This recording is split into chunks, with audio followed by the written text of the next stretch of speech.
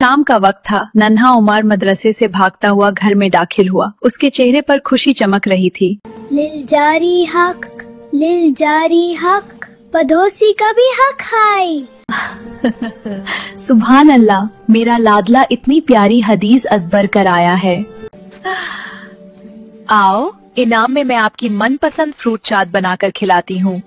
उमर खुशी से अपनी माँ के पास बैठ गया। माँ ने फल काटने शुरू किए और छिलके अलग रखे।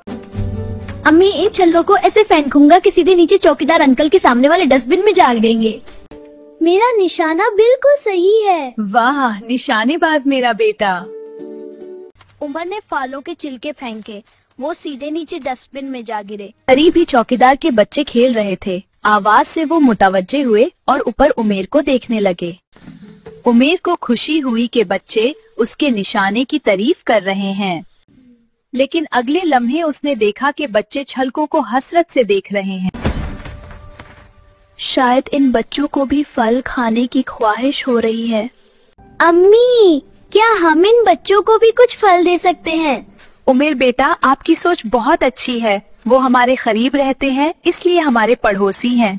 और हमारे प्यारे नबी सल्लल्लाहु अलैहि वसल्लम ने फरमाया, जो अल्लाह और आखिरात पर ईमान रखता है वो अपने पड़ोसी के साथ भलाई करे। ये सुनकर उमर के चेहरे पर खुशी की चमक उठी। तो फिर छिलके जाएंगे डस्टबिन में? हाय, फल जाएंगे कि चौकीदार अंकल के घर? और मैं अम्मी के हाथ की मजेदार फ्रूट चाट खाऊंगा। शाबाश मेरे बेटे, यही इस्लाम का हुस्न है। इल्म भी, शाऊर भी और अमल भी। पड़ोसी सिर्फ वो नहीं जो आपके दोस्त या रिश्तेदार हों, बल्कि वो सब जो आपके आसपास रहते हैं, चाहे वो चौकीदार हों, ड्राइवर हों या काम वाले।